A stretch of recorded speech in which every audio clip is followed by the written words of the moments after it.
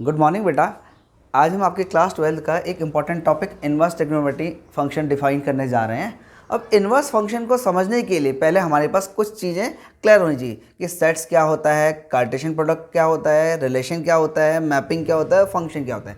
अगर ये सारी चीज़ें क्लियर हो गई, इसके साथ में अगर आपके ट्रिग्नोमेट्री भी क्लियर है तो उसके बिहाफ पे आप इन्वर्स ट्रिग्नोमेट्री फंक्शन को आसानी से समझ सकते हैं। अब इन्वर्स ट्रिग्नोमेट्री फंक्शन आपके देखो सेकंड चैप्टर इन्वर्स तो है ही, आपके फिफ्थ चैप्टर में ये काम आने वाला है, डेरिवेटिव में सिक्स चैप्टर में काम आने वाला है, एप्लीकेशन ऑफ डेरिवेटिव में, इंटीग्रेशन में काम आएगा, सेवन चैप्टर, एट चैप्टर और नाइन चैप्टर, जगह जगह आपको लगता है, बट आप ये इसे क्लियर नहीं करते हैं, इसलिए आपको हर जगह पे प्रॉब्लम होती है। इवन कंपटीशन वाले पार्ट में भी बहुत ज़्यादा आता है।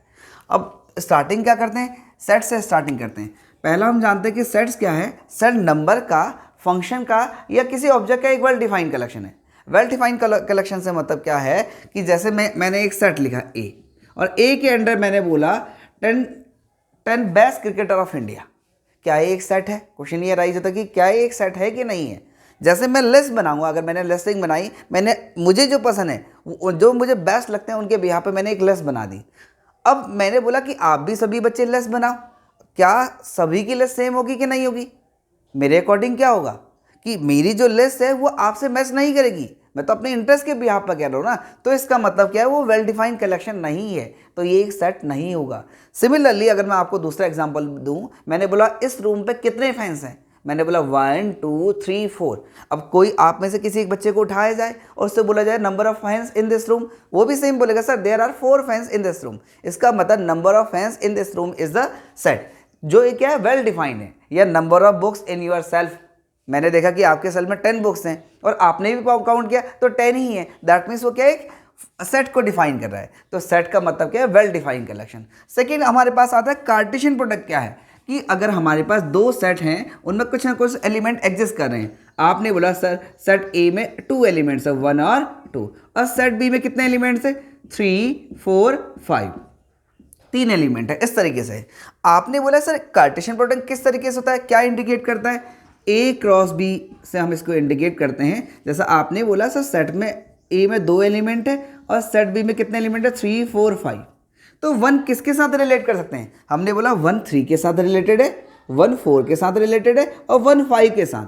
आपने बोला क्या, 1 3 के साथ रिलेटेड है, 1 4 के साथ रिलेटेड है, 1 5 के साथ है। क्या सिमिलरली 2 भी रिलेटेड हो सकता है, डेफिनेटली हो सकता है। तो 2 किसके साथ रिलेटेड है, 3 के साथ, 2 4 के साथ और 2 5 के साथ, 2,3 2,4 और 2,5।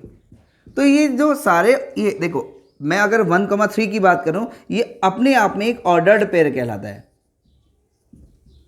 ऑर्डर्ड पेयर, इसको क्या बोला जाता है, ऑर्डर्ड पेयर बोला जाता है। तो इसका मतलब ए क्रॉस बी में कितने ऑर्डर्ड पेयर प्रेजेंट होंगे। आपने देखा कि ए में 2 एलिमेंट है और बी में कितने 3 एलिमेंट है, दैट मीन्स 2 × 3, इसमें कितने 6 ऑर्डर्ड पेयर प्रेजेंट होंगे। तो इसको क्या बोला जाता है, ए और बी का कार्टेशियन प्रोडक्ट बोला जाता है। अब क्वेश्चन ये राइज होता है कि सर ये रिलेशन को हम कैसे रिलेट कर सकते हैं कार्टेशियन प्रोडक्ट के साथ। अब रिलेशन क्या है कि हम क्या करना चाह रहे हैं, सेट ए के एलिमेंट को सेट बी के साथ रिलेट करना चाह रहे हैं।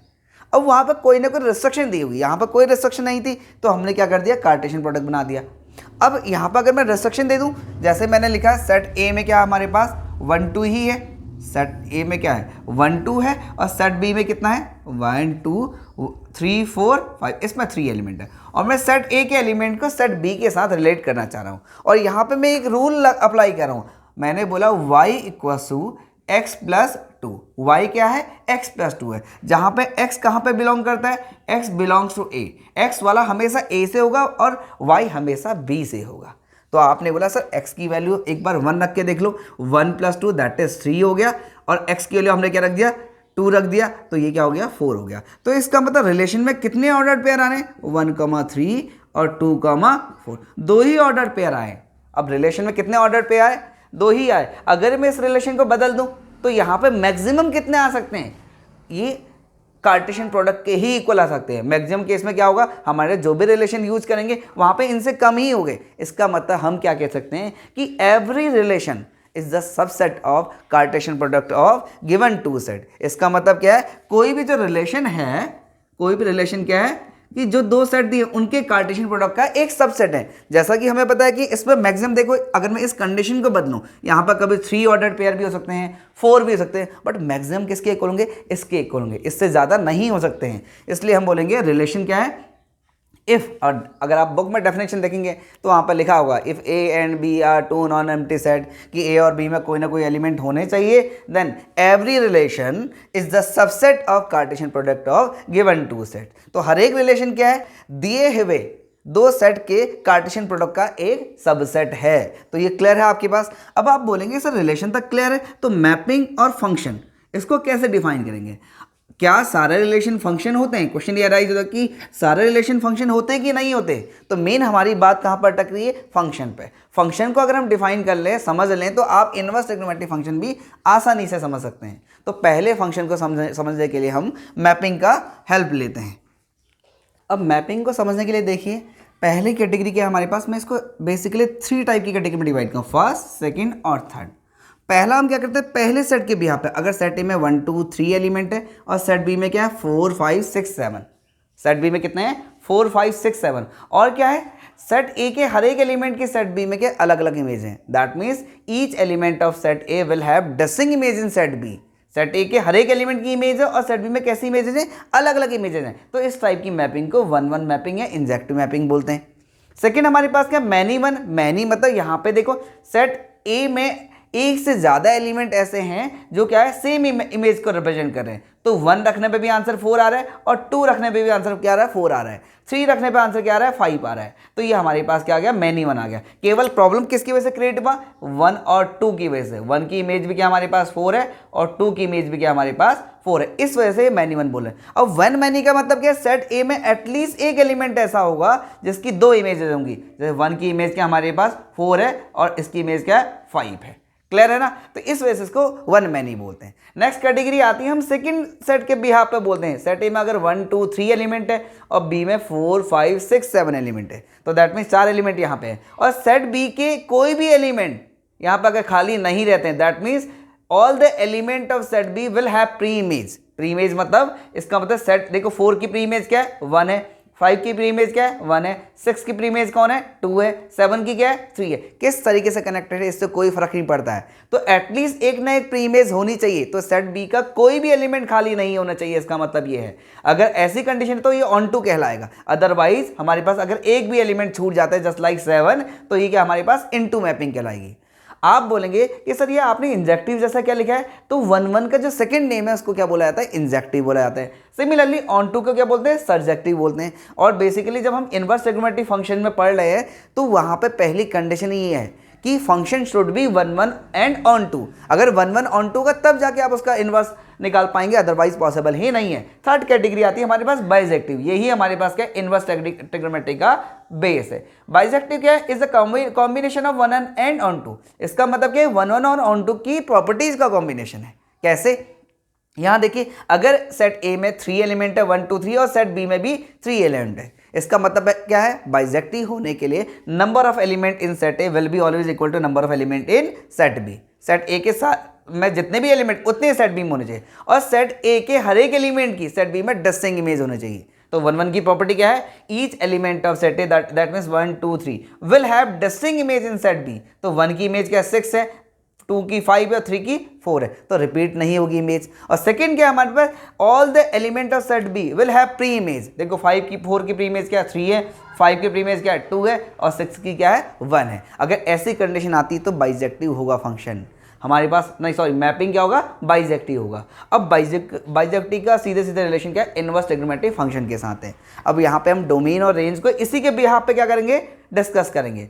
मेन बात क्या है कि इनवर्स ट्रिग्नोमेट्री में फंक्शन भी इन्वॉल्व हो रहा है। तो फंक्शन क्या है? इनमें से कौन सी वाली मैपिंग फंक्शन के अंडर आएगी या कौन सी नहीं आएगी? फंक्शन का मतलब क्या है? ध्यान देना, अगर हम देखें, अगर डेफिनेशन देखें बुक में कहीं भी मिल जाएगी, if A and B are two non empty set. Relation में भी यही था कि ए और बी में एटलीस्ट एक एलिमेंट तो होना चाहिए, खाली नहीं होना चाहिए।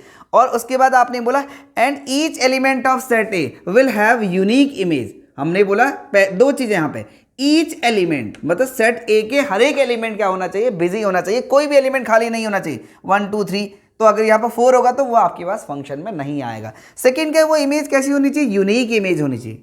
अब यूनिक से मतलब मैं आपको सीधे सीधे बताता हूँ। देखिए आपकी लैंग्वेज में बताता हूँ जैसे आपको बेटर समझ में आएगा।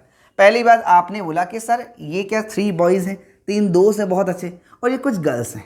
यहाँ पे क्या है, ये 3 बॉयज़ हैं और ये 3 गर्ल्स हैं।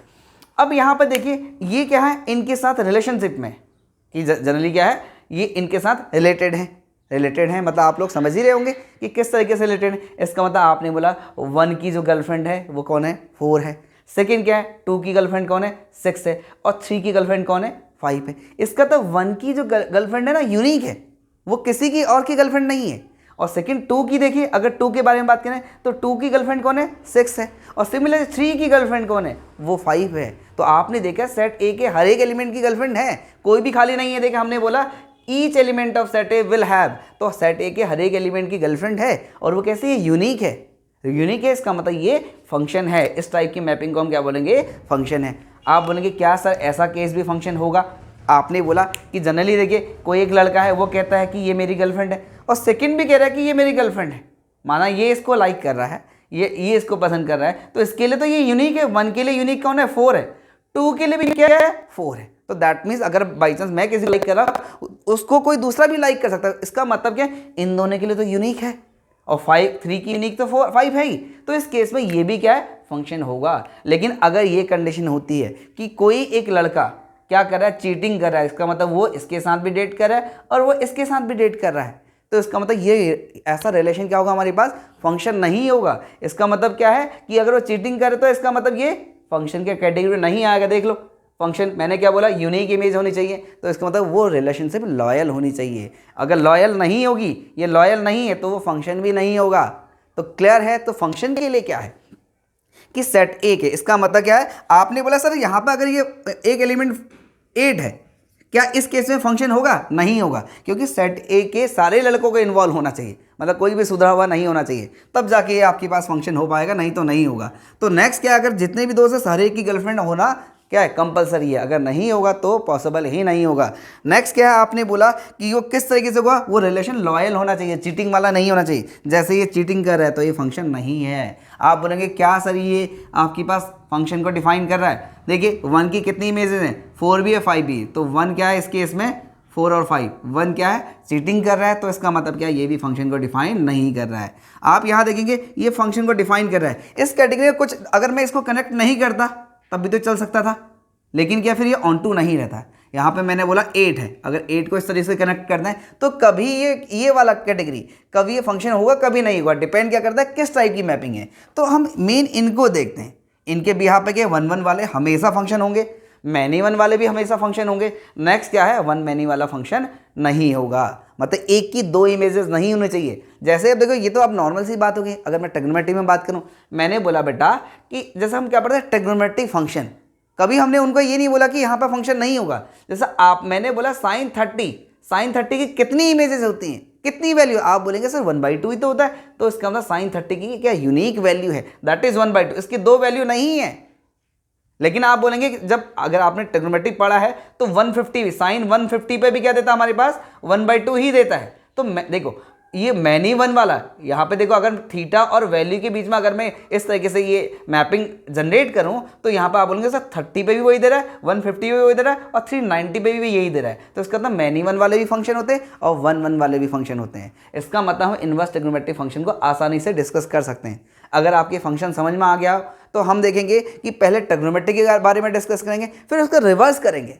इनवर्स ट्रिग्नोमेट्री का मतलब क्या है, जैसे मैंने बोला आपसे यहाँ पे कि चलिए आप लोग नोट डाउन कर लो पहले जितना करना है आपको। देखिए इसके बिहाफ पे अब हमारे पास क्या है, मैंने बोला कि साइन 30 की वैल्यू कितनी होगी, आप डायरेक्ट बोलेंगे हाफ।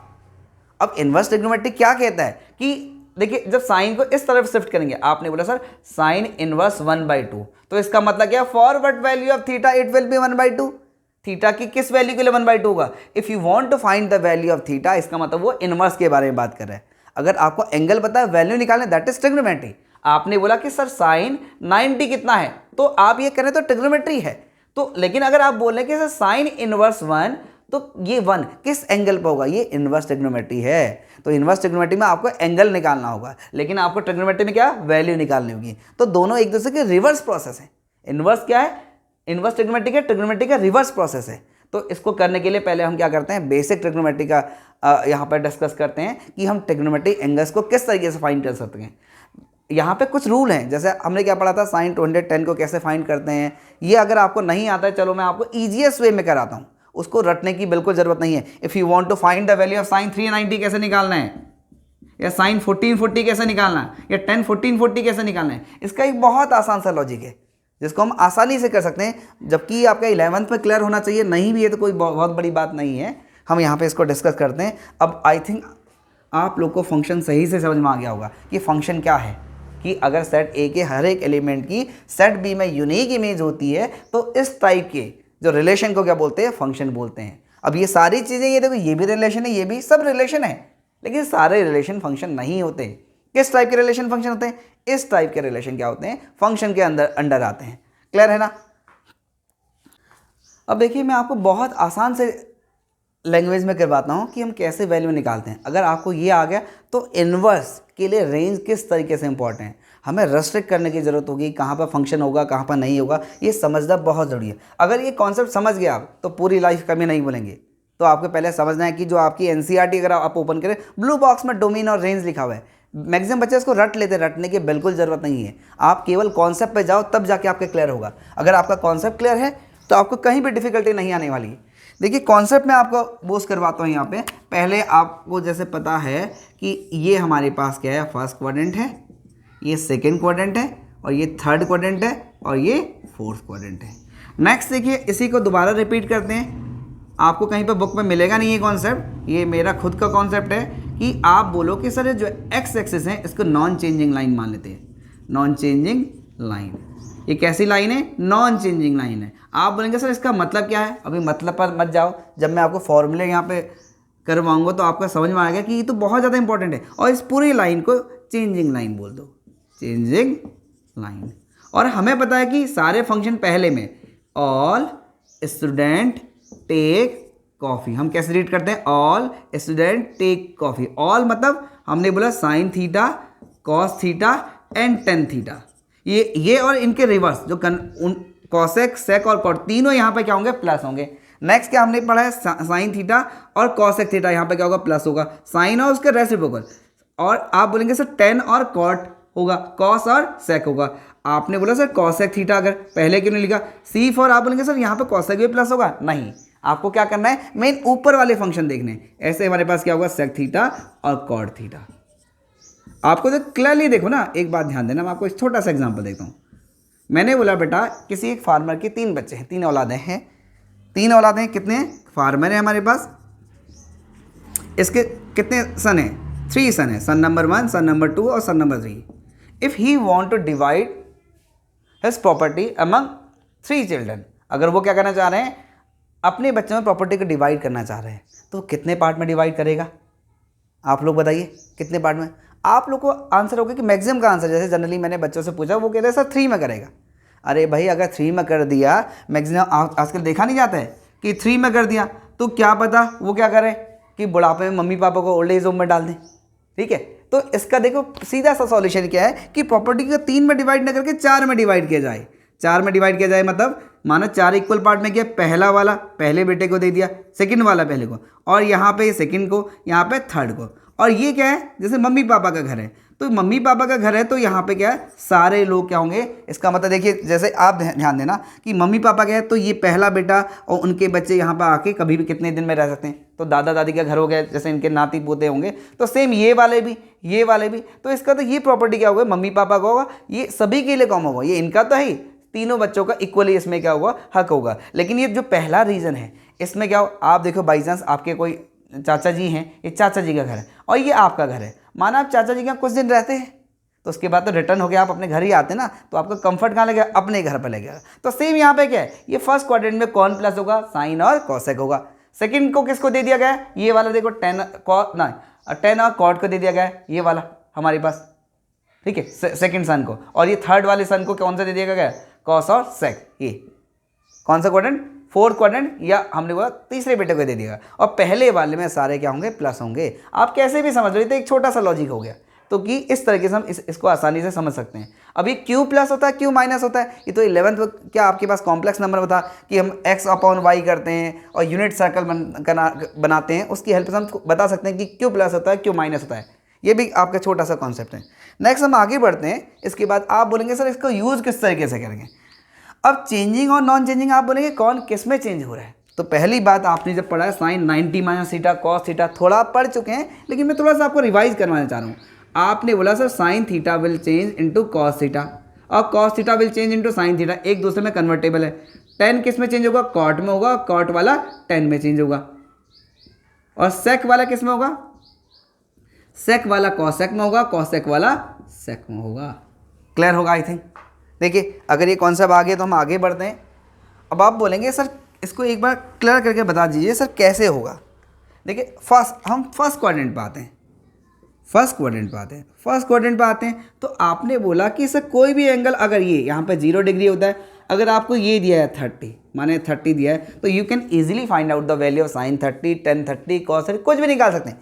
लेकिन अगर आपको ये एंगल दिया हो, कौन सा एंगल, ये 90 के रेस्पेक्ट में अगर आपको ये 30 डिग्री दिया है, तो मैं बोलूँगा बेटा कि यहाँ से यहाँ तक का एंगल कितना है। आप क्लियरली बोलेंगे सर यहाँ से यहाँ तक 90 में से 30 सब्सट्रैक्ट कर दो, दैट इज़ 90 माइनस 30। तो एक्चुअल में कितना है 90 माइनस 30। तो आप इसको किस तरीके से डिफाइन कर सकते हैं, if this angle will be theta, अगर ये थीटा है तो ये कितना होगा 90 माइनस थीटा। तो 90 माइनस थीटा क्या है, फर्स्ट क्वाड्रेंट बात है। अब किस तरीके से चेंज होगा, देखो आपका बिल्कुल भी याद नहीं करना, ये कॉन्सेप्ट लगाओ बस और आपके क्वेश्चन खत्म। ये तो आपके 10 से स्टार्ट हो जाता है। जैसे हमने बोला आप देखो π/2 भी करते हैं इसको, sine 90 minus theta cos 90 minus theta tan 90 minus theta. At the end जब आप देखेंगे इन फॉर्मूले की तो ज़रूरत ही नहीं है, केवल हमने इन कॉन्सेप्ट के यहाँ पे ये सारी चीज़ें क्लियर कर दी हैं। और आपने बोला कि कॉसेक 90 माइनस थीटा और सेक 90 माइनस थीटा और फाइनली कॉट 90 माइनस थीटा। तो यहाँ देखिए आप उसको अप्लाई करो। तो सबसे पहले 90 क्या हमारे पास चेंजिंग लाइन है, देखो ये वाली लाइन क्या है, चेंजिंग है। तो आपने बोला सर साइन चेंज हो जाएगा, साइन 90 के प्लेस पे क्या रखेंगे, आपने बोला साइन किस में चेंज होगा, कॉस थीटा। तो डायरेक्ट आपने बोला साइन 90 को रिमूव कर दो और कंप्लीटली क्या जाएगा, कॉस थीटा। ऐसे कॉस 90 कितना, साइन थीटा। सिमिलरली टेन 90, देखो टेन 90 इतना माइनस तक हटा दो, तो इसका मतलब ये क्या है, किस में चेंज हो रहा है, कॉट थीटा। और सिमिलरली कॉस 90 माइनस ये आपके पास सेक थीटा और सेक 90 माइनस कॉसेक थीटा और कॉट 90 माइनस टेन थीटा। अगर आप देखेंगे ये कहाँ पे लाई कर रहा है, पहले क्वाड्रेंट पे लाई कर रहा है, तो सबके सब आंसर क्या होंगे, प्लस होंगे।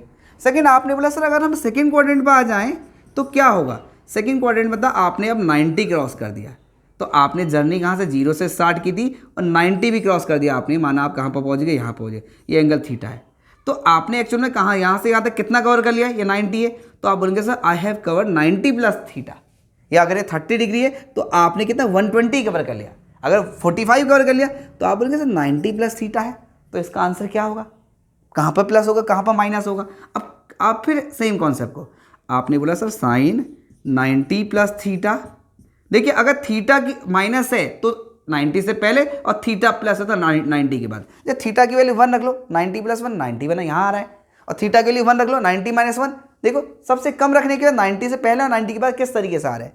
सेम आपने बोला cos 90 plus theta tan 90 plus theta cosec 90 plus theta sec 90 plus theta और फाइनली कॉट 90 प्लस थीटा। आपने बोला कि सर ये इस लाइन को तो आपने चेंजिंग लाइन बोला है, इस लाइन को क्या बोला, चेंजिंग बोला है। डेफिनेटली चेंज होगा, साइन किस में चेंज होगा, कॉस थीटा में, हमें पता है। कॉस वाला साइन में चेंज होगा और टेन वाला कॉट में चेंज होगा, कॉसेक वाला सेक में चेंज होगा, सेक वाला कॉसेक में चेंज होगा और कॉट वाला टेन में चेंज होगा। चेंज तो हो गया। अब सेकंड देखो, सेकंड क्वाड्रेंट में ये सेकंड किसके हिस्से में आया था, किसके, साइन और कॉसेक के हिस्से में। तो दैट मीन्स साइन और कॉसेक का रिजल्टेंट प्लस होगा। इसको फोकस नहीं करना, जिस पर हम फॉर्मूला अप्लाई कर रहे हैं तो ये प्लस, बाकी सब नेगेटिव होगा। देख लीजिए, जैसे एक छोटा सा एग्जांपल मैं आपको बताता हूँ। आपने बोला sir I want to find sine 120, तो 90 से कितना बड़ा है, साइन 90 प्लस 30। आपने बोला सर साइन 90, 90 तो बदल रहा है किस में, कॉस में, cos 30। अब ये नेगेटिव होगा जो नहीं होगा, सेकंड क्वाड्रेंट में साइन क्या होता है, प्लस होता है, तो साइन 120 की वैल्यू cos 30 के इक्वल, दैट इज आपके पास √3/2 हो जाएगी। अब आप बोलेंगे सर cos निकाल के देखो एक बार, cos 120 निकालो, तो cos 90 + 30, तो आपने बोला सर cos तो बदल जाता है साइन में, साइन 30, लेकिन सेकेंड ये क्या साइन के घर पे है cos, तो इसको कंफर्ट नहीं लगेगा, तो इसका मतलब यहाँ पे क्या नेगेटिव फील करेगा, तो इसका मतलब क्या आ गया, cos 120 की वैल्यू sin 30 की नेगेटिव वैल्यू के इक्वल होगी। तो ऐसे ही हम कोई भी एंगल निकाल सकते हैं जो 90 से 180 के बीच में लाई करते हैं। अब इसी के बाद हमारे पास क्या है कि आप बोलेंगे सर इसके रेस्पेक्ट में तो कर सकते हैं, नॉन चेंजिंग के रेस्पेक्ट में तो कर सकते हैं, चलिए आप इसको नोट डाउन कर लो, इसके बाद में आपको नॉन चेंजिंग के रेस्पेक्ट में, अगर आप सेकेंड में है 120 है तो 90 प्लस भी कर सकते हैं और 180 माइनस भी कर सकते हैं। कैसे, चलिए आपने आई थिंक नोट डाउन कर लिया भाई। देखिए आपने बोला कि सर अगर हमें कौन सा एंगल दिया है कि 180 से के रेस्पेक्ट में ये एंगल दिया है थीटा, माना है 30 डिग्री दिया है, तो आपने कवर कितना किया है, यहाँ से स्टार्ट की थी ना अपनी जर्नी आपने, तो आपने बोला सर यहाँ से आता है 180 माइनस 30, तो 180 माइनस 30 मतलब 150 कवर कर लिया। अगर ये थीटा होगा तो ये एक्चुअल में कितना होगा 180, यहाँ से आता है 180 में से थीटा कम कर लो, 180 माइनस थीटा, तो साइन 180, ये ज़्यादा आसान होता है, कॉस 180 माइनस थीटा। अब आप लोग विजुलाइज कर पा रहे होंगे कि 180 के बाद कैसा होगा, बहुत आसान से, ऐसे हमारे पास क्या हो गया 10 180 minus theta cosec 180 minus theta. बच्चे क्या करते हैं ना, इसको बहुत टफ बना देते हैं। इवन आपका देखो डेफिनेट इंटीग्रल में बहुत बार आती है वैल्यू निकालनी, एप्लीकेशन ऑफ इंटीग्रेशन में आता है, बहुत जगह आता है, और डिफरेंशियल इक्वेशन में आता है, बच्चे करके ही नहीं आते क्योंकि उनको बेसिक सा कॉन्सेप्ट नहीं पता होता है। नेक्स्ट क्या हमारे पास सेक 180 माइनस थीटा और कॉट 180 माइनस थीटा। तो आपने बोला सर ये साइन क्या होगा, देखिए sine 180 is non changing line, बदला नहीं है, साइन 180 माइनस की जगह साइन थीटा ही रहेगा, कॉस 180 की जगह कॉस थीटा ही रहेगा, ये सेम ही रहेगा, कोई चेंज नहीं आएगा, कॉसेक थीटा ही रहेगा और सेक थीटा ही रहेगा, finally cot theta. But negative positive तो देखो साइन और कॉसेक तो प्लस होगा, बाकी सब नेगेटिव होगा। ये क्लियर है ना। अब आप बोलेंगे सर एक बार वैल्यू निकाल के दिखा दो, चलो मैं आपको वैल्यू निकाल के भी दिखा देता हूँ। आप लोग अगर स्क्रीनशॉट लेना है तो आप लोग ले सकते हैं प्लीज़। देखिए अब वैल्यू किस तरीके से निकालेंगे, ध्यान देना, इसकी वैल्यू किस तरीके से निकालेंगे। आपने बोला सर साइन 120 आपने निकाला था, इसके रेस्पेक्ट में बताओ साइन 180 से कितना छोटा है 60 है, तो साइन 180 मतलब नॉन चेंजिंग है, तो आपके पास साइन ही रहेगा और पॉजिटिव का, क्योंकि सेकंड में साइन पॉजिटिव रहता है, तो √3/2 वहाँ भी आपका सेम रहा था, अगर आपको याद होगा। सेम आपने बोला सर cos 120 निकालो, 120 निकाल, cos 180 से कितना छोटा है 60 छोटा है, cos 180 माइनस मतलब नॉन चेंजिंग है, cos 60 ही रहेगा, लेकिन सेकेंड में cos क्या होता है नेगेटिव फील करता है, दैट इज माइनस हमारे पास 1/2। आप बोलेंगे सर एक बार 10 निकाल के देख लो, 10 कितना 150 निकालते हैं, तो 10 180 से कितना छोटा है 180 माइनस 30, तो 10 180 मतलब ये वाले लाइन नॉन चेंजिंग है, तो 10 30 ही रहेगा, लेकिन नेगेटिव का, क्योंकि सेकंड में 10 नेगेटिव था, -1/√3, तो 10 150 की वही वैल्यू होगी जो 1030 की वैल्यू उसकी नेगेटिव वैल्यू के इक्वल है। आई थिंक आप लोग को क्लियर होगा, प्लीज़ नोट डाउन। अब हम लोग थर्ड क्वाड्रेंट पर आते हैं। थर्ड क्वाड्रेंट आपको सेम फॉलो करना है।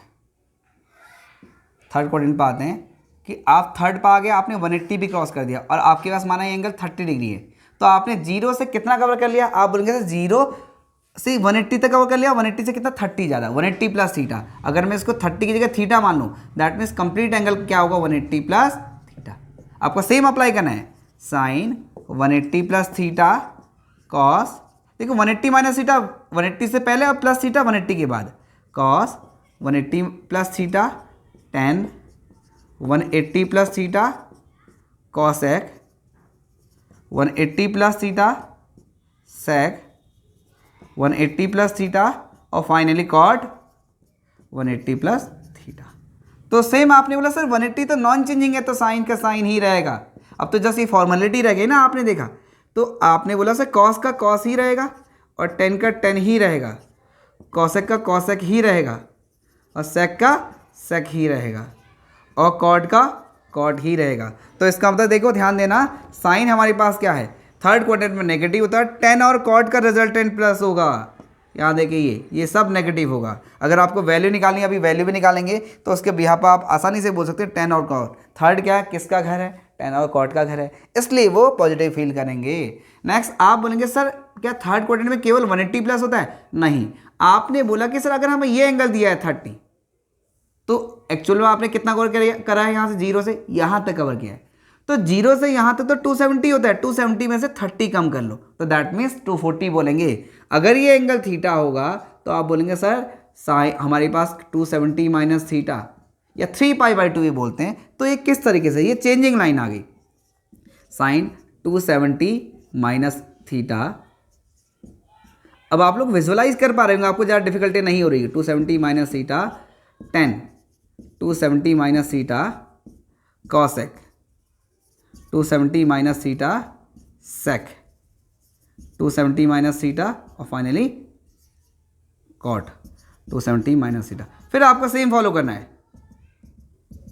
थर्ड क्वाड्रेंट में। ये देखिए लाइन क्या है, चेंजिंग लाइन है, हमने चेंजिंग में बोला था। साइन कॉस में बदलता है, कॉस साइन में बदलता है, टेन कॉट में बदलता है, कॉसेक सेक में बदलता है और सेक कॉसेक में बदलता है और ये 10 में बदलता है। बट थर्ड क्वाड्रेंट है, थर्ड में घर किसका है, 10 और कॉट का है, इसलिए ये दोनों प्लस और बाकी सब नेगेटिव। आपने बोला सर एक वैल्यू निकाल के दिखा दो, जैसे साइन हमने निकाला 210, तो साइन 210 मतलब यहाँ पर आता है 180 से बड़ा और 270 से छोटा, इसे थर्ड में आता है, आपको ये पहचानना पड़ेगा। साइन 180 से कितना ज़्यादा है, 30 ज़्यादा है, तो साइन 180 कैसी लाइन है, 180 नॉन चेंजिंग है तो साइन का साइन ही रहेगा, लेकिन थर्ड में साइन नेगेटिव होता है, 10 और कॉट प्लस होता है, इसलिए ये -1/2 होगा। आपने बोला सर साइन 210 को क्या मैं उसके रेस्पेक्ट में कर सकती हूँ या कर सकता हूँ, किसके, इसके रेस्पेक्ट में, तो साइन 270 से कितना छोटा है, आप बोलेंगे कि सर ये 60 छोटा है, तो ये चेंजिंग हो गया। देखो सेम हम क्या करें, सेम एंगल को दो तरीके से निकालें, 180 प्लस और 270 माइनस। 270 माइनस 60 तो साइन का जाएगा cos 60 आ जाएगा, और थर्ड में साइन क्या होता है, नेगेटिव होता है, इसलिए -1/2। cos 60 1/2 होता है, तो दोनों से सेम ही वैल्यू आई। ऐसे हम कोई भी वैल्यूएट कर सकते हैं। अगर 10 और कॉट होता तो प्लस का आता है। आई थिंक क्लियर होगा। ऐसे अब आप फोर्थ क्वाड्रेंट पर आते हैं। फोर्थ क्वाड्रेंट क्या बोलते हैं, फोर्थ क्वाड्रेंट बहुत आसान से है, तो इसमें भी हम क्या बोलेंगे कि फोर्थ क्वाड्रेंट है हमारे पास, फोर्थ क्वाड्रेंट, इसका मतलब आपने ये भी कवर कर लिया। एक तो क्या होगा हमारे पास 270 प्लस थीटा होगा, यहाँ से आता 270 है, और अगला क्या होगा 360 माइनस होगा जो नॉन चेंजिंग होगा। साइन 270 माइनस थीटा नहीं होगा, 270 माइनस थीटा तो यहाँ तक 270 से छोटा, यहाँ बड़ा, कॉस 270 प्लस थीटा 10। इसके यहाँ पे आप कोई भी एंगल निकाल सकते हैं, 360 से बड़े एंगल भी निकाल सकते हैं। Cosec 270 plus theta, sec 270 plus theta और फाइनली कॉट। बेटा ये बोर्ड के साथ साथ आपका जेई एनडीए सभी जगह के अप्लाई होगा। मैं आपको कोई एक चैप्टर नहीं करा रहा हूँ, आपकी कॉन्सेप्ट बिल्डअप करा रहा हूँ। अगर एक बार कॉन्सेप्ट बन गए तो आपको बाद में डिफिकल्टी नहीं होगी। एक बार सीख लिया तो परमानेंट माइंड पे सेट हो जाएगा। तो हमेशा मैं मैथमेटिक्स को इसी तरीके से समझाने की कोशिश करता हूँ। तो आपने बोला कि सर ये चेंजिंग है तो बदल दो सीधे। अरे भाई जिसको चेंज किया ना उसको तो बदलना ही पड़ेगा। तो ये आपके पास साइन आ गया, ये कॉट आ गया, और कॉसेक सेक में बदलता है, और थोड़ा बहुत तो आपने पढ़ा है बट थोड़ा सा कंफर्म नहीं होता आप लोग को, कॉसेक, और फाइनली आपके पास 10 आ गया। बट फोर्थ क्वाड्रेंट है, तो फोर्थ क्वाड्रेंट पे कौन प्लस होता है, ये कॉस का घर है, तो कॉस और सेक प्लस होंगे, बाकी सब नेगेटिव होंगे। तो आपने बोला कि सर ये तो ठीक है, क्या 360 माइनस, जैसे हमारे पास क्या है 180 था, तो इसी को देखिए हम क्या करते हैं, इसी वाले क्वाड्रेंट को एक बार चेंज करते हैं, ये वाला। आपने बोला कि सर अगर ये वाला एंगल थीटा दिया हो तो टोटल कितना हो, 360 में से थीटा कम कर लो, 360 माइनस थीटा, यहाँ से यहाँ तक 360 माना है 60 देर का, तो 360 माइनस 60 तो आपके पास पता होगा 300 पे जाके अटक जाएगा, तो हम इसको थीटा मानते हैं। यहाँ देखिए 360 करते हैं सबको, ये फिर फोर्थ क्वाड्रेंट के बारे में बात कर रहे हैं, 360 माइनस थीटा, 360 360 360 360 360 और 360 minus theta minus theta minus theta minus theta minus theta minus. अब ये क्या नॉन चेंजिंग, वो चेंज तो नहीं होगा, लेकिन किसका घर है आपके पास, कॉस और सेक का घर है, ये दोनों प्लस होंगे, बाकी सब नेगेटिव होंगे। देख लो इनका रिजल्टेंट चेंज नहीं होगा। ऐसे अब आप बोलेंगे सर दोबारा हम फर्स्ट क्वाड्रेंट पे आ जाते हैं। आपने बोला सर साइन 390, एक चक्कर पूरा घूम गया, आपने बोला कि हमें तो दोबारा घूमना है, तो 360 प्लस 30 390, या आप बोलो 360 प्लस थीटा, फिर सेम आपको पता है नॉन चेंजिंग लाइन है भाई, तो साइन 360 प्लस थीटा साइन 390 तो साइन 30 के इक्वल ही होगा, क्योंकि नॉन चेंजिंग है और थीटा वही बन जाएगा। या आपने बोला 720 प्लस 360 टू या 720 प्लस थीटा, या 360 इंटू 3, आपने बोला 1080 प्लस थीटा, कितने राउंड मान लो, तो आपकी सबकी वैल्यू क्या होगी, सेम होगी। अब इसको हम क्या करते हैं, एक बार आपको 360 तक की वैल्यू साइन की हेल्प से कराता हूँ। अगर हम साइन को समझ गए, उसी की हेल्प से हम क्या इन्वर्स को भी आसानी से समझ लेंगे कि इन्वर्स कहाँ पर फंक्शन होता है। तो इतना समझना बहुत ज़रूरी है। इसके साथ साथ हम कभी क्या करेंगे, अगर टाइम होगा तो ट्रिग्नोमेट्रिक फॉर्मूले को भी आसान लैंग्वेज में समझाने की कोशिश करेंगे। बहुत आसान से तरीके हैं कि हम उनको क्या करते हैं, ईजीएस्ट स्टेप में हम उसको डिफाइन कर सकते हैं, जिससे वो याद करने में आसानी होगी। Please note down. अब हम F x equal sine x को डिफाइन करते हैं। जैसा हम जानते हैं 0 डिग्री, 90, 180 और 270, अगेन 360 हो जाएगा। आपको पता है 90 और 360 के बीच में ना, 0 और 90 के बीच में हम 3 वैल्यूज़ को, 3 एंगल पे वैल्यू को हम क्या डिस्कस करते हैं, तो सब जगह 3 ही करेंगे। ये मिडल पे ले लिया 45, इसके बाद आपने बोला कि सर 3 लाइन ड्रॉ कर लेते हैं, ये आ गया हमारे पास। सेम इन दोनों के बीच में तीनों एंगल को बात करेंगे, और ये कैसे चेंज हो रहा है अभी देखना आप। जैसा हम क्या जानते हैं, आपको पहले ही पता ना, साइन कहाँ का प्लस होता है, यहाँ, यहाँ और इन दोनों नेगेटिव। तो साइन की वैल्यू जो पहले क्वाड्रेंट पर आएंगी वही सब जगह आएंगी, लेकिन नेगेटिव पॉजिटिव का गेम होगा बस। तो जैसे हमें पता है साइन 0 कितना होता है, 0 डिग्री होता है या 360, तो हम क्या कर ले 0, 30, 45, 60, 90। अब 0 से 30 ज़्यादा है तो 90 से 30 कितना हो गया, 120 हो गया। 0 प्लस 45 45 हो गया, 90 में 45 ऐड करो, 1 आपके पास क्या हो गया, 135 हो गया, 90 में 60, 150 आ गया। सेम 180 में 30 ऐड करो तो 210, 225 और 240, 270 में 30 ऐड करो 300, 315 और 330। इन सभी पर हम वैल्यूज़ को डिस्कस करते हैं। जैसा हम जानते हैं 0 पे 0 होता है, 30 पे 1/2 होता है, 45 पे 1/√2 होता है, 60 पे, बहुत आसान है। देखो एक तो हम क्या जो अभी कॉन्सेप्ट किया उसकी हेल्प से करेंगे, दूसरा बहुत आसानी से आपको ये देखना, इसमें एक रिलेशन जनरेट होगा, आसानी से ही रिलेटेड है एक दूसरे से। ये √3/2 है और 90 हमें पता है 1 होता है। अब साइन 120 को डिस्कस करते हैं। तो आपने बोला सर साइन 180 माइनस 60, साइन 180 क्या नॉन चेंजिंग है, बदलेगा ही नहीं, तो साइन का साइन ही रहेगा। और ये क्या सेकेंड को अपने घर पे यहाँ देखो, इसलिए प्लस करेगा। साइन 60 कितना होता है हमारे पास, √3/2। ऐसे अगर आप क्या करेंगे 135 करेंगे तो साइन 135 करा आपने, तो आपने बोला सर ये 45 हो जाएगा, तो साइन 45 के इक्वल होगा, दैट मीन्स 1/√2। नेक्स्ट अगर आप यहाँ पर देखेंगे तो आपको क्या मिल जाएगा, √3 ये मिल गया तो 1/2।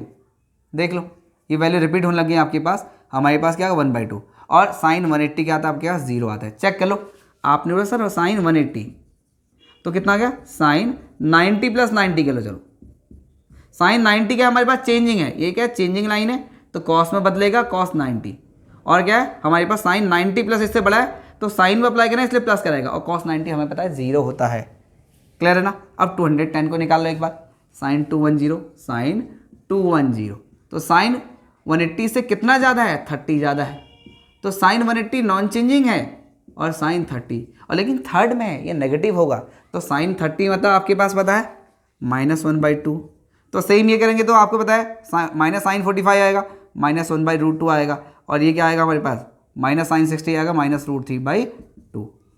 और यहाँ पे 270 अगर आप निकालेंगे साइन 270, तो साइन 180 प्लस 90, 180 से बड़ा, ये कितना बड़ा है कोई फर्क नहीं पड़ता, 180 नॉन चेंजिंग है, साइन 90 ही रहेगा, और 180 प्लस 180 से ज़्यादा है और यहाँ कहीं है, चाहे यहाँ पे भी यार 180 से ज़्यादा यहाँ इमेजिन करना पड़ेगा। तो आपने बोला कि सर ये तो नेगेटिव होता है, साइन 90 मतलब 1 होता है, तो ये -1 होगा। अब 300 को कर लो, 300 को 270 प्लस भी कर सकते हैं, 360 माइनस भी कर सकते हैं। 360 माइनस ज़्यादा आसान रहेगा मुझे लगता है, साइन 300, तो साइन 360 से कितना ज़्यादा है, 60 कम है, तो ये नॉन चेंजिंग है, तो साइन 60 ही रखो। और फोर्थ वाले में नेगेटिव होगा, और ये -√3/2, तो -√3/2, और ये आपके पास आ गया, ये -1/√2 आ जाएगा, और ये आपके पास क्या आ जाएगा 1/2। अब इसमें देखना आपको एक रिलेशन जनरेट हो रहा है, 0 से पहले जो वैल्यू है सेम वही है, देख लो। और देखो 90 से पहले जो वैल्यू है √3/, 90 के बाद भी वही है। 180 से पहले जो वैल्यू है 180 के बाद, बट वो क्वाड्रेंट का ध्यान देना कि कहाँ कौन प्लस होता है। और इससे पहले देख लो ये, और मिडिल पे ये मिडिल वाला, ये वाला, ये वाला, ये वाला, और सब पे हमारे पास क्या ठीक एग्जैक्ट बीच वाले पे हमारे पास क्या है 1/√2 है, कहीं पे -1/√2 है। ऐसे हम क्या कर सकते हैं, कॉस का बना सकते हैं, ऐसे हम टेन का बना सकते हैं, ऐसे कॉट का, किसी का भी बना सकते हैं। आई थिंक आप लोगों ने कर लिया होगा, प्लीज़ इसको नोट डाउन कर लो। ऐसे आप कॉस का बनाने की कोशिश करना। अब इसी की हेल्प से हम किस में, इनवर्स ट्रिग्नोमेट्रिक फंक्शन में जंप कर रहे हैं। पहले मैं आपको समझाता हूँ, इसको मैपिंग के थ्रू समझाता हूँ कि ट्रिग्नोमेट्रिक साइन क्या है, हमारे साइन फंक्शन होता है। ट्रिग्नोमेट्रिक फंक्शन पढ़ते हैं, वहाँ पे कोई रिस्ट्रिक्शन नहीं है फंक्शन बनाने के लिए, लेकिन इन्वर्स को फंक्शन बनाने के लिए रिस्ट्रिक्शन है, हमें बाउंड करना पड़ेगा, तब जाके वो फंक्शन की डेफिनेशन को सेटिस्फाई करेंगे। अब इसको ध्यान देना आप लोग, हम क्या करते हैं कि साइन 0 कितना हुआ, 0 हुआ, 30 पे कितना हुआ, 45 पे 1/√2, 60 पे और 90 पे। अब आपको दिख रहा होगा सर ये तो बाइजेक्टिव बनना अभी तक तो हमारे पास। अब जैसे ही अगर आप करेंगे कि ध्यान देना 120 पे करेंगे, 120 पे क्या, 120 पे हमारे पास क्या दे रहा है √3/2, फिर ये वैल्यू रिपीट करने लग गया। नेक्स्ट क्या है 135 पे, आपने बोला सर हमारे पास क्या 1/√2 आ गया। ऐसे ही कितने पे 150 पे, 150 पे हमारे पास क्या आ गया 1/2 आने लग गया। और 90 पे हमारे पास क्या आ जाएगा 1 आ जाएगा। देखिए मैनी 1 बन रहा है। अगर आप प्रैक्टिकली देखें, जैसा आपने बोला सर हमारे पास क्या है साइन 30 पे भी 1/2 आ रहा है और 150 पे, लेकिन 30 के लिए तो ये यूनिक इमेज है ना, ट्रिग्नोमेट्रिक फंक्शन होता है। देखो 150 की यूनिक, 150 पे कितनी वैल्यू आएंगी, एक ही वैल्यू आएगी, दैट इज 1/2। 30 पे कितनी आएगी, एक ही वैल्यू, तो उसके लिए तो यूनिक है। लेकिन जब हम इसको उल्टा कर दें तो उस कंडीशन में फंक्शन नहीं होगा। ऐसे ही आप बोलेंगे सर यहाँ पे ऐसे, ये देखो ये 30 है, या आप इसको ऊपर 30 बोल रहे हैं तो इसको -30 बोला जाता है। तो -30 पे कितना आ रहा है हमारे पास 1/2 आ रहा है, सॉरी ये सब नेगेटिव आएंगे, हाँ -1/2। और -45 पे कितना आ रही है, -45 होगा, -1/√2 आ रहा है। और -60 पे कितना आ रहा है -√3/2 आ रहा है। और -290 पे 270 बता ये -1। और इनको फिर करेंगे, फिर रिपीट होगी वैल्यू। लेकिन ऐसे तो सब फंक्शन है, आप कितनी बार रिपीट कर लो कि अगर आपने बोला सर अगर मैं 10 राउंड मार दूं और 10 राउंड के बाद 45 पे जाऊं तो साइन की वैल्यू क्या होगी, क्या 1/√2 ही रहेगी, डेफिनेटली ये रहेगी। आप कितने राउंड मार लो, अगर आपको अपनी पोजीशन देखनी होगी कि अगर आप 100 राउंड मारने के बाद यहाँ पर गए तो साइन की वैल्यू निकाली तो ये आपको √3/2 ही मिलेगी, कोई फर्क नहीं पड़ता है। तो सेम आपके पास क्या है, लेकिन इस केस में क्या है, सब क्या फंक्शन है। ये मैनी 1 मैपिंग बना रहा है, मैनी 1 वाला फंक्शन होता है, क्योंकि एक एंगल पे क्या होती है, एक यूनिक वैल्यू मिलती है। अगर हम इसका रिवर्स कर दें, आपने आई थिंक टेबल समझ ली होगी, अब आप इसको एक बार रिवर्स करके देखो। रिवर्स करके देखे ना कि आपने बोला कि सर हम वो सारी वैल्यू लिखते हैं, 1 लिखते हैं। अब आपको क्या करना है, एंगल को यहाँ पे लिखना है। ये देखो ये डोमेन कहलाता है और ये वाला गोला क्या कहलाता है, रेंज कहलाता है। अब रेंज को डोमेन से इंटरचेंज कर लो। आपने बोला सर 1 कहाँ पर मिल रहा है, 30 पे भी मिल रहा है और 150 पे भी मिल रहा है। सेम आपने बोला कि √3/2 कहाँ पे मिल रहा है, √3/2 देखो 60 पे भी मिल रहा है और हमारे पास 120 पे भी मिल रहा है। क्या ये फंक्शन है? अगर मैं वैल्यू को यहाँ लिखूँ, देखिए 1 की कितनी इमेजेस हो गई, 2 इमेजेस हो गई, दैट इज 30 और 150। आप बोलेंगे सर इसका मतलब इन्वर्स क्या होता है, हर जगह फंक्शन नहीं होता है। देखो इन्वर्स तो होगा, लेकिन वह इन्वर्स ट्रिग्नोमेट्रिक फंक्शन में नहीं आएगा। तो किसी भी ट्रिग्नोमेट्रिक फंक्शन का इन्वर्स निकालने के लिए हम उनको रेस्ट्रिक्ट करना पड़ेगा। इसका मतलब कुछ रीजन पे ही, अगर मैं क्या करता हूँ, इसका मतलब आपको बाइजेक्टिव बनाना है तो आपको क्या करना है, वैल्यू के एक एक बार लेना पड़ेगा। जैसे आपने बोला कि सर यहाँ से यहाँ तक चेक करें तो एक एंगल पे एक ही वैल्यू आ रही, तो एक वैल्यू पे एक ही एंगल मिलेगा। लेकिन अगर मैं इन दोनों पे ले लूँ, देखो आपने बोला 45 पे 1/√2 और 135 पे 1/√2 कहाँ मिल रहा है, 45 पे भी मिल रहा है और 135 पे भी, तो ये फंक्शन नहीं होगा। तो आपको पता होना चाहिए फंक्शन बनाने के लिए हमें क्या करना है, इसको रिस्ट्रिक्ट करना होगा। इसलिए क्या होता है हमारे पास, एक बात ध्यान देना कि जो ट्रिग्नोमेट्रिक फंक्शन है उसकी जो डोमेन होती है वो एंगल में आती है। वो क्या होती है, ये डोमेन जो हम वैल्यू रखते हैं, जैसे आपने बोला साइन x, जो x रख रहे हैं वो डोमेन कहलाएगा और जो आंसर आ रहा है वो रेंज कहलाएगा। बट इन्वर्स में क्या होगा, ये डोमेन कहलाएगा जो हम वैल्यू रखते हैं, और एंगल जो आंसर जिसके टर्म आ रहा है वो रेंज कहलाएगा। तो रेंज क्या होगा हमारे पास, आंसर किसके बीच में आना चाहिए, फंक्शन होगा। ये आप बोलेंगे सर यहाँ से यहाँ तक आना चाहिए।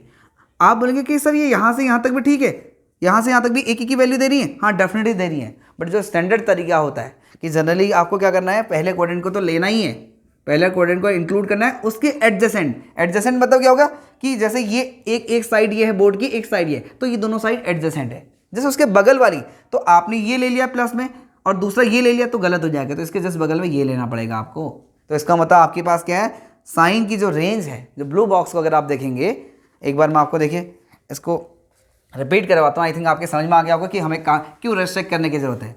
ट्रिग्नोमेट्रिक फंक्शन को रेस्ट्रिक्ट करने की जरूरत क्यों है, क्योंकि वो उसमें फंक्शन नहीं होंगे। अब फंक्शन ही नहीं होंगे तो हम इन्वर्स ट्रिग्नोमेट्री के अंदर कैसे पढ़ेंगे। तो आप देखो कि सबसे पहले बहुत आसान सा तरीका, सारे ट्रिग्नोमेट्री क्या होते हैं, जैसे मैं साइन इन्वर्स की बात करूँ, बॉक्स बनाते हैं साइन इन्वर्स एक्स, अगर मैं बॉक्स बनाऊँ साइन इन्वर्स एक्स में आप देखना कि एक्स क्या होता है, आपको ये तो पता है -1 से 1, ये एक्स क्या है साइन, जैसे हम बोलेंगे साइन थीटा की मैक्सिमम मिनिमम वैल्यू कितनी आती है, जो वैल्यू आती है वो रेंज यहाँ होगी, लेकिन इन्वर्स में क्या होगी हमारे पास, ये डोमेन होगी, डोमेन। अगर आप अपनी बुक में भी देखेंगे आपको कहीं मिल जाएगा। दूसरा है रेंज, रेंज क्या होगी, रेंज मतलब आंसर कहाँ से कहाँ तक आएगा, ये प्लस है, ये प्लस है, ये माइनस है, ये माइनस, एक प्लस एक माइनस ले लो, तो दैट मीन्स देखो ये 90 कहलाता है और ये -90 कहलाता है, तो आप बोलेंगे -π/2 भी बोलते थे और +π/2, तो यहाँ से यहाँ तक लेंगे तो ये बाइजेक्टिव होगा, इसका मतलब यहाँ पे ये फंक्शन होगा -π/2 से π/2। अब कॉस के लिए देखिए, कॉस भी हमारे पास मैक्सिमम मिनिमम कहाँ दिखाता है, आपको बिल्कुल भी रटने की जरूरत नहीं, अगर आप रट रहे हैं तो आपसे बड़ा बेवकूफ़ कोई नहीं है। इतना कॉन्सेप्चुअल है, देखो सारे कॉन्सेप्ट हिडन है, एक बार समझ लिए, आपको एक दो बार रिपीट करना पड़ सकता है, लेकिन एक बार समझ आ गया तो सारे क्लियर हो जाएगा। तो कॉस में देखो आपको क्या करना है, plus plus minus minus, ASTC से देख लेना, तो आपने बोला सर इसको तो लेना, ये नहीं ले सकते, तो आपने बोला 0 से पाई ले लो, तो आंसर किसके बीच में आना चाहिए, 0 से पाई आना चाहिए। तो आप बोलेंगे sir tan inverse x, tan देखो आपने देखा होगा tan की वैल्यू रियल नंबर होती है, अगर tan थीटा देखें तो हमारे पास, जैसे आप एक बार tan थीटा को देख लो, tan 0 कितना होता है, 0 होता है, tan 30 1/√3 होता है, 1/√3, तो tan 30 1 को 1.732 से डिवाइड करते हो, 0 से 1 के बीच में एक वैल्यू आएगी, 0 भी आ रहा है, इसके बीच में भी tan 45 1 आ रहा है, 1 भी आ रहा है, और tan 60 √3 आ रहा है 1.732, तो ये इसके बीच में भी, और tan 90 नॉट डिफाइंड में बढ़ते बढ़ते बहुत ज़्यादा आ रहा है, ऐसे नेगेटिव में भी इधर को आएगा, तो पॉजिटिव भी आ रहा है, नेगेटिव आ रहा है, इसका मतलब क्या होता है, रियल नंबर होता है tan थीटा, तो यहाँ डोमेन बन जाएगा। तो वो कहाँ से कहाँ तक आता है, आप देखिए tan की मैक्सिमम प्रॉपर्टी साइन के सिमिलर होते हैं, जब tan n पाई का होता है 0 होता है, साइन n पाई भी 0 होता है, बहुत सारे लिंक होते हैं। तो 10 में जब आप देखेंगे आप बोलेंगे सर 10 में तो कुछ भी ले सकते हैं, प्लस प्लस माइनस माइनस, आप बोलेंगे सर यहाँ भी ले सकते हैं, यहाँ भी ले सकते हैं, पहला क्वाड्रेंट लेना बहुत जरूरी है, लेकिन 10 को किसी एक के साथ तो जाना होगा ना, तो किसके साथ चले जाता है, साइन के साथ, इसका मतलब -π/2 से π/2, लेकिन -π/2 और π/2 में छोटा ब्रैकेट बनेगा क्योंकि tan 90 नॉट डिफाइंड होता है। आपने बोला सर cosec इनवर्स x,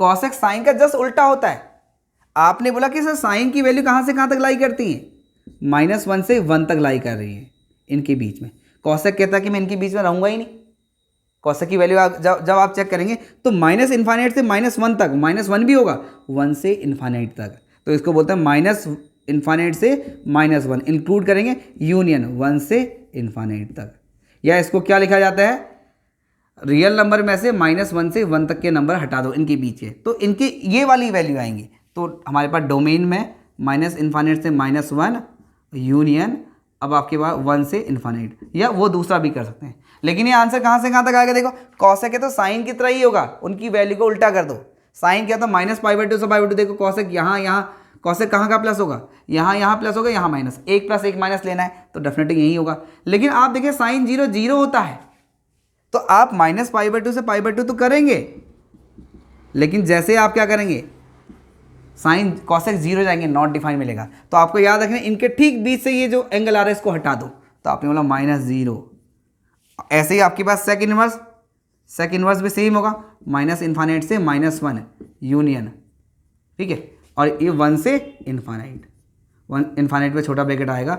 आपने बोला सर ये कॉस की तरह होगा, प्लस और माइनस, ये वाला 0 से पाई, लेकिन इसके ठीक बीच में ये कॉस 90 0 होता है, सेक 90 का तो नॉट डिफाइन होता है, तो ठीक आपको क्या करना है, जैसे इसके ठीक बीच से हमने हटा दिया, सेम इसके ठीक मिडल से हटा दो, देखिए कितना आसान है, 0 से पाई, आपने बोला एक्सक्लूडिंग π/2, इसको हटा दिया, और कॉट देखिए, cot inverse x same real number होगा, और ये देखिए टेन को किसके साथ दे दिया, साइन की तरह सिमिलर है, तो कॉट किसकी तरह, कॉस की तरह। आप बोलोगे सर जीरो और पाई होगा, लेकिन जीरो पे क्या होता है, कॉट जीरो नॉट डिफाइन है, तो पाई पे नॉट डिफाइन, तो एक्सक्लूडिंग जीरो और पाई इनके बीच के सारे एंगल आएंगे, लेकिन हमारे पास वो नहीं आएगा। जब भी हम आंसर निकालना चाहेंगे इसको फॉलो करना बहुत ज़रूरी है, इनके बीच में ही आंसर लाने होंगे, अगर नहीं लाए तो आपका आंसर गलत हो जाएगा। Please note down. अब आप देखो आराम से टेबल ही बना सकते हैं, पूरे कॉन्सेप्चुअल तरीके से, आपको रटने की बिल्कुल भी ज़रूरत नहीं है। देखिए बेटा, अब ये हम एनसीईआरटी से स्टार्ट करते हैं। स्टार्टिंग तो एनसीईआरटी से करेंगे, फिर आर.डी. शर्मा करेंगे, फिर जेईई के प्रीवियस ईयर लगा देंगे, फिर एनडी के लगा लेंगे। लेकिन देखो कॉन्सेप्ट क्या है, कॉन्सेप्ट को अगर फोकस करें तो आपने देखा होगा कि हमारे पास देखो जो 3 ट्रिग्नोमेट्री रेशियो हैं वो कहाँ से कहाँ दे रहे हैं, कुछ एक्सक्लूडिंग भी है। यहाँ पे साइन इनवर्स एक्स रह रहा है, यहाँ पे कॉसेक इनवर्स एक्स रह रहा है, और यहाँ पे टेन इनवर्स एक्स रह रहा है। लेकिन अगर इन तीनों में अगर प्लस है तो सबके सब कहाँ, पहले क्वाड्रेंट में, और नेगेटिव है तो यहाँ मिलेंगे, नेगेटिव है तो कहाँ मिलेंगे, फोर्थ में मिलेंगे। सेम हमारे पास देखो ये कहाँ रह रहा है, कॉस इनवर्स एक्स या सेक इनवर्स एक्स या कॉट इनवर्स एक्स, हमें जीरो से पाई मिल रहा है, कॉट इनवर्स एक्स। इसी के बिहार पे आपके अभी इनवर्स ट्रिग्नोमेट्री वाले एंगल बहुत आसान हो जाएंगे, फॉर्मूले भी बहुत आसान हो जाएंगे। आपने बोला कि सर ये सबके सब प्लस है तो सबके सब कहाँ मिलेंगे, पहले क्वाड्रेंट में। मैंने एक्सरसाइज से वही क्वेश्चन उठाए जो सारे क्या है, प्लस हैं। This is cos inverse √3/2। आप एनसीईआरटी से स्टार्ट करो। आपने बोला सर ये कॉस इनवर्स है तो कॉस इनवर्स को काटने के लिए कॉस ही चाहिए, तो कॉस इनवर्स, तो कॉस में √3/2 कब होता है, पहले देखिए आपने बोला सर √3/2 कॉस में कितना होता है, π/6 पे, इसका मतलब 30 डिग्री पे होता है। तो आपने बोला क्या सर इसको सीधे कैंसिल कर सकते हैं, हाँ डेफिनेटली कर सकते हैं। अब आपके पास π/6 आ गया, आपको दिखाना भी पड़ेगा कि सर हमारा आंसर 0 से पाई के बीच में आया है। कहाँ, 0 से पाई के बीच में, नहीं तो कॉस यहाँ भी तो प्लस होता है, यहाँ पे भी तो आता है हमारे पास। क्या हम आंसर यहाँ निकाल सकते हैं प्लस, देख लेना आप एक बार टेबल बना के, यहाँ भी मिलेगा नहीं, क्योंकि इसकी डोमेन ही नहीं है वो, सॉरी रेंज में नहीं आ रहा है, तो इसकी रेंज हमेशा आंसर इसके बीच में निकालना, प्लस है तो यहाँ निकालना होगा। सेम हमने बोला कॉसेक इनवर्स 2, तो कॉसेक इनवर्स को कॉसेक इनवर्स ही रहने दो। हमें जैसा पता है कि कॉसेक इनवर्स की ये रेंज कहाँ है, यहाँ है, -π/2 से +π/2, और प्लस वाले के पहले क्वाड्रेंट पे है, तो कॉसेक 2 कब होता है, कॉसेक 2 मतलब 30 में, π/6 में, तो π/6 इसका ये देखो कैंसिल हो जाएगा सीधे, कब, जब ये इसकी रेंज में आ रहा है। तो आप अपनी नॉलेज को भी एक्सप्रेस करेंगे, आप बोलेंगे सर ये क्या है, -π/2 से π/2 के बीच में है, और ना ही क्या है, जीरो भी नहीं है। मैंने क्या बोला था, कॉसेक क्या होता है, यहाँ होता है, इसके बीच वाला ठीक हटा देते हैं। सिमिलरली आपने बोला टेन इनवर्स, टेन इनवर्स कहाँ आएगा हमारे पास, टेन इनवर्स दैट इज 2/√3, नहीं ये ऐसा तो नहीं होगा, एक मिनट, सॉरी सेक इनवर्स 2/√3, ये हमारे पास क्या है, सेक इनवर्स, तो सेक इनवर्स 2/√3 दैट मीन सेक में कब होता है, आप बोलेंगे सर 30 में होता है, π/6 में, तो π/6 आ गया। और जो कहाँ बिलोंग कर रहा है, सेक क्या है, यहाँ है 0 से पाई है, सेक कहाँ होता है, 0 से पाई, लेकिन ठीक मिडल वाला हटा दे, बिलोंग्स टू 0 से पाई। अगर आप बोर्ड में इतना लिख के आ रहे हैं तो इसका मतलब क्या है, आप अपनी नॉलेज को भी एक्सप्रेस कर रहे हैं, ये लिखना भी कंपलसरी है आपके लिए, तो कहीं ना कहीं पॉजिटिव इंपैक्ट पड़ेगा। तो सेम आपने बोला sir cot inverse, cot inverse, अब जब सारे वैल्यूज़ के देख रहे हैं, सारे एंगल्स को देख रहे हैं, सब कहाँ लाई रहे हैं, फर्स्ट में, चाहे ये इस कैटेगरी को है, इस कैटेगरी को, क्योंकि प्लस वाले सब पहले क्वाड्रेंट में ही होंगे। तो कॉट इनवर्स कॉट 30 π/6, तो आपने सर π/6, और ये कहाँ है हमारे पास, 0 से पाई के बीच में, चेक कर लो, और 0 और पाई एक्सक्लूडिंग, देख लो कॉट कहाँ है। अब हम नेगेटिव वाले पर फोकस करते हैं, प्लीज़ नोट डाउन कर लो इनको। अब नेगेटिव को फोकस करते हैं किस तरीके से, आपने कॉन्सेप्ट सीख लिया था, क्वेश्चन कितने आसान हो जाते हैं देखिए। अब नेगेटिव में हम पहले कौन से क्वेश्चन को देखेंगे, इस वाले को। अगर कोई भी, अगर हमारे पास इन तीनों में से कोई अगर हमारे पास नेगेटिव में है तो कहाँ पे होगा, फोर्थ में हो। फोर्थ में एंगल किस कैटेगरी का, यहाँ प्लस थीटा होता है तो यहाँ माइनस थीटा होता है, आपको पता होना चाहिए फोर्थ में क्या है, माइनस थीटा की कैटेगरी का होगा। उसी के अकॉर्डिंग हम करते हैं, अगर ये माइनस, यहाँ पे क्या कोई भी एंगल क्या माइनस थीटा के फॉर्म में मिलता है। तो आपने बोला कि सर हमारे पास क्या है, पहला क्वेश्चन है साइन इनवर्स -1/2, तो सबसे पहले साइन इनवर्स को साइन इनवर्स ही लिखना है, तो माइनस कैसे रहने दो, साइन में कब होता है, साइन π/6। आप बोलेंगे क्या साइन इनवर्स से कैंसिल हो सकता है, नहीं हो सकता है, जब तक इस नेगेटिव का आप क्या हिसाब किताब ना करते हैं, इसका मतलब इसको गायब ना करते हैं। इसको गायब करने के लिए आपने पढ़ा है साइन -θ माइनस साइन थीटा पढ़ा है, देखो अगर आपको याद होगा तो हमने क्या पढ़ा, साइन माइनस था, माइनस बाहर आता है, इसका मतलब इस फॉर्म का है तो माइनस अंदर आसानी से जा सकता है, तो साइन इनवर्स साइन -π/6, देखिए वो किस कैटेगरी का, माइनस थीटा कैटेगरी का होगा। क्या ये इसके डोमेन रेंज में आ रहा है, ये यहाँ यहीं तो आ रहा है, तो आप बोलेंगे सर -π/6 हमारा आंसर आ गया, विच बिलोंग्स टू -π/2 टू π/2। देख लो। नेक्स्ट इसी तरीके से हमारे पास क्या है, क्वेश्चन नंबर 4 है, tan इनवर्स -√3। तो आपने बोला सर tan इनवर्स तो सेम रहेगा, माइनस भी सेम रहेगा, tan में कब होता है, 60 में होता है √3। आप बोलेंगे सर डायरेक्ट कैंसिल कर दें, नहीं हो सकता है, माइनस का ट्रीटमेंट करना होगा। As we know that tan minus theta क्या होता है, -tan थीटा होता है। तो इसकी जगह हम इस तरीके से लिख सकते हैं, तो tan इनवर्स tan -π/3। तो फाइनली आपने बोला सर -π/3 तो आंसर हो गया, जो कहाँ बिलोंग कर रहा है, -π/2 से π/2। ये तो आपको पता है ना, सॉरी ये छोटा ब्रैकेट होगा ये, क्योंकि ये किस कैटेगरी का, इस कैटेगरी का। यहाँ पे जो भी आएंगे माइनस थीटा के फॉर्मेट में आएंगे। नेक्स्ट आपने बोला कि सर हमारे पास क्या 6 वाला है, 6 भी ऐसा ही होगा, tan इनवर्स -1, तो डेफिनेटली यही होगा, tan इनवर्स -tan π/4। तो माइनस कहाँ चले जाएगा, फॉर्मूला लिखने की बार बार जरूरत नहीं है। tan इनवर्स tan -π/4, तो आप बोलेंगे -π/4 विच बिलोंग्स टू -π/2 से π/2 कर सकते हैं इसको। इस तरीके से 5th वाला भी है, वो अलग कैटेगरी का, उसको अभी नहीं करते हैं। तो हमारे पास का 10th वाला है, आप देखिए क्वेश्चन नंबर 10th भी इसी कैटेगरी का है। तो इसका मतलब एंगल से रिलेटेड कोई भी प्रॉब्लम हम सॉल्व कर सकते हैं। अभी इसमें कुछ क्या रेडियन में भी दिए हैं, उनको फर्दर डिस्कस करते हैं। तो आपने बोला सर हमारे पास 10th वाला है कॉसेक इनवर्स -√2।